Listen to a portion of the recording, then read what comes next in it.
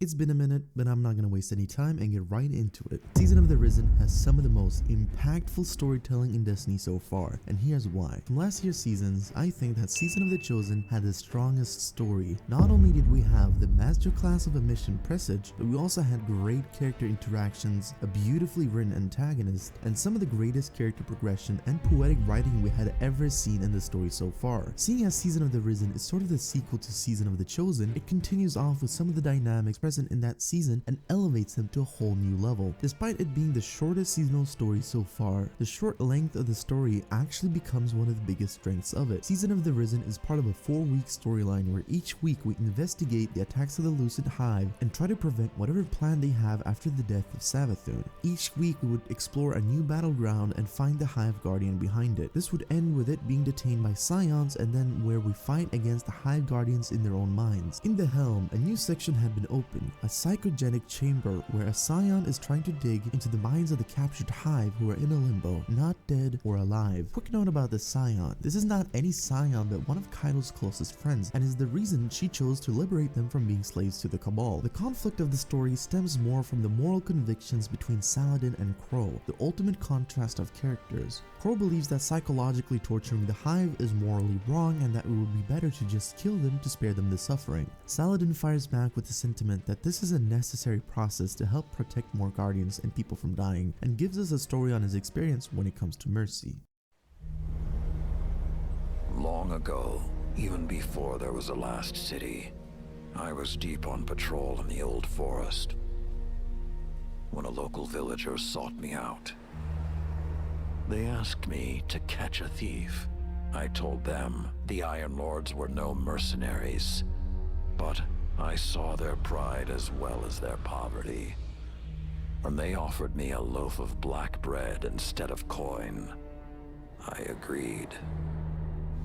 Just before sunrise, I caught my thief. A young girl, stealing what she could carry. Food when she could find it, coin when she couldn't, weapons to protect what she had taken. There was no fear in her eyes. She said the bandits in the forest ordered her to steal in exchange for protection. The penalty for theft in those times was death. Instead, I pulled the crest from around my neck and pressed it into her hands. I told her the wolves would protect her. In a settlement rich with stolen supplies, I found the bandits and cut them down. 38 lives to spare one. And for a time, I believed that was mercy. Many winters passed before I found myself back in that part of the old forest. This time, no one sought me out. So I sought them instead. Wind blew through rotted wood and rusted metal where the village once stood. And behind it, graves. Then piled stones, then bare mounds of earth, and then a pit. My blood was high. I tore through the forest, hunting for those responsible. Finally, in a settlement rich with stolen supplies, I found her. A lightless woman, with my crest around her neck. There was no fear in her eyes. She spoke plainly. When the villagers could no longer tithe, her wolves no longer protected them. She bled them dry, and when they had no more to give, she sent in her men, unleashed her wolves. Mercy to an enemy cannot come at the cost of mercy for their victims. The right path isn't always easy to find. But once you do, the only question is whether you're strong enough to walk it.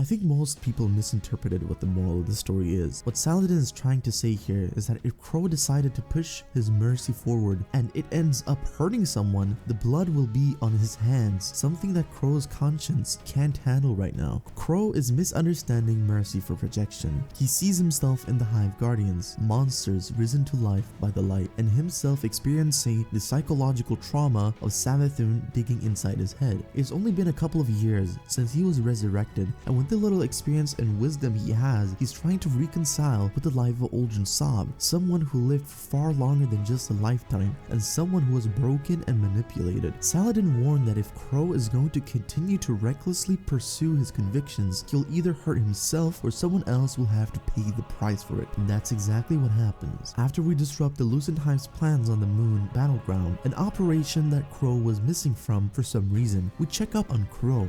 Crow had shut down the psychogenic chamber, and with his reckless actions, he had killed Kaido's most trusted scion, killed an emissary of the Cabal Alliance. This alliance was already on shaky grounds due to us attacking Kaido's Cabal during the opening of the Witch Queen campaign. Upon seeing this for the first time, my jaw dropped. I genuinely did not know how things were going to turn out. The stakes were sky high, and for the first time in a season, we have to face the consequences. And this brings us to the season finale. Crow, how do you justify the innocent blood on your hands? It was honorable. It was an accident. The Cabal word for accident has two syllables. One is fault, the other responsibility. Honor the scion whose life was taken. A life for a life. That is our way. That is your way, not ours. You will not deny us justice! Do what you believe is right. I did.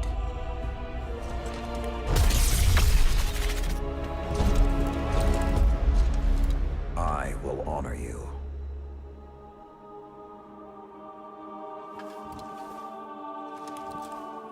You demand a life for a life. Take mine.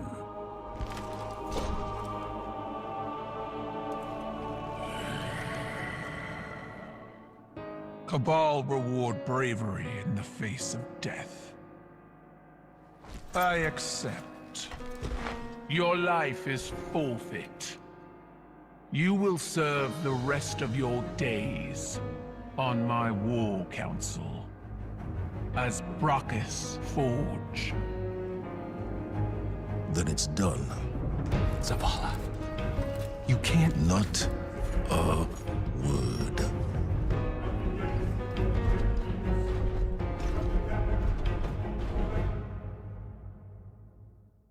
Saladin now has his life forfeit in the hands of Kaido for the sake of the Alliance, stepping in to save Crow because he knew this was not Crow's time to die. He had also discovered a newfound respect for Kaido, choosing to spare his life and coming up with a way to strengthen the alliance on both sides, showcasing her diplomatic abilities as well. All along, despite the contrast between him and Crow, no one had understood Crow better than Saladin had. Despite his stern way of speaking, in the end, he wanted what was best for Crow, leaving two gifts behind as a message to Crow. With his newfound wisdom, Crow is now going to continue the legacy of Saladin, the Iron Lord. And with that, Season of the Risen has now been concluded. The greatest strengths that the story had was how concise it was. Nothing dragged on for longer than it should have, minus the third week being sort of filler. In Season of the Chosen, I disliked Saladin. Saladin sounded stuck up about the old ways and was inconsiderate of the current times. However, this season really made me change my mind on him. Not only did the story make me empathize with where Saladin comes from, but it also made me sympathize with his past. Saladin comes from a place of experience and wisdom, because nobody knows suffering quite like he did, being tormented by the guilt of his actions and his inactions. This is exactly why no one understands Crow's suffering better than Saladin. This was a beautiful character arc of Saladin and made us understand him so much better than any story before could have. Another reason the story was so great was because of the stakes. Despite the lack of a proper antagonist this season, I was fine with there being none, specifically because of how intimate the story was, and I did not want to lose focus of it. I will say I wish the Lucent Hive did do a bit more, and that perhaps that there was some clever ploy made by Savathûn despite her death. Regardless, the tension when finding out what Crow had done suddenly made everything feel so real and forced us to a point of no return, knowing that there is no way there would be no consequences, something that's typically void of most seasonal stories. However, the story was still not perfect, and I couldn't end this video without mentioning the elephant in the room, or Crow.